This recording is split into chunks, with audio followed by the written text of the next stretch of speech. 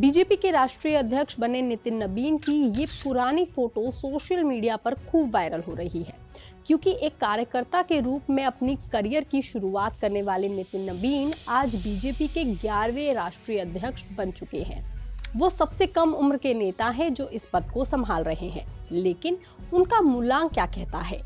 इस साल उनके तारे कितने चमकेंगे, चलिए हम आपको बताते हैं। नितिन नबीन की राजनीति किसी एक चुनाव या फिर अचानक उभरने की कहानी नहीं है। उनका ये पूरा सफर संगठन की सीढ़ियां चढ़ते हुए सत्ता तक पहुंचने का है। 23 मई 1980 को जन्मे नितिन नबीन का मूलांक 5 है। अंक ज्योतिष में मूलांक 5 को बुद्धिमान, तेज सोच और परिवर्तन का प्रतीक माना जाता है।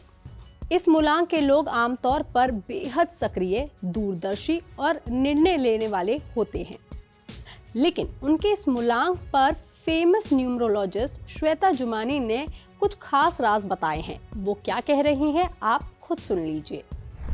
नितिन नबीन जी का सितारा तो चमकने ही वाला था, क्योंकि ये साल है 2026 जिसका टोटल आता है 1। जब हम उनकी बर्थ डेट पूरी टोटल करते हैं 23 मई 1980 तो जुड़ के आता है 1। इस वक्त वो है अपने 46 ईयर में, यानी कि दोबारा 1। 5 नंबर्स हम हमेशा कहते हैं कि पॉलिटिक्स में काफ़ी अच्छे होते हैं, एंड ये तो डबल 5 है क्योंकि जेमिनाई भी हैं। So here's wishing him a great presidency, और आई होप ये देश के लिए बहुत अच्छा काम करे। बता दें, नितिन नबीन के राजनीतिक करियर की शुरुआत साल 2006 में हुई थी। हालांकि उनके पिता नबीन किशोर प्रसाद सिन्हा पहले से ही राजनीति में जाना माना नाम माने जाते थे।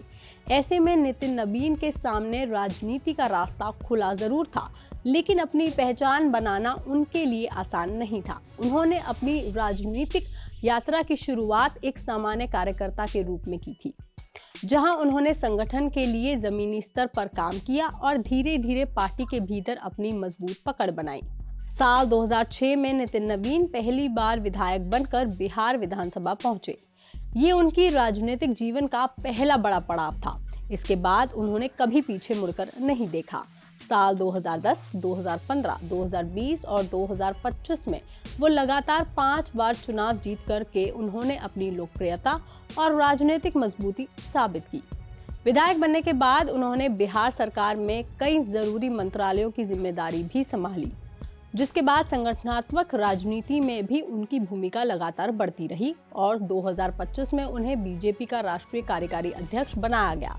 फिर जनवरी 2026 में वो बीजेपी के राष्ट्रीय अध्यक्ष बने हैं, जिससे वो पार्टी के सबसे युवा अध्यक्षों में शामिल हो गए हैं और राष्ट्रीय राजनीति में उनकी पहचान और मजबूत हो गई है। हालांकि इस खबर पर, इस जानकारी पर आपका क्या कहना है, आप हमें कमेंट करके जरूर बताएं। बाकी तमाम खबरों के लिए आप देखते रहिए लोकमत हिंदी।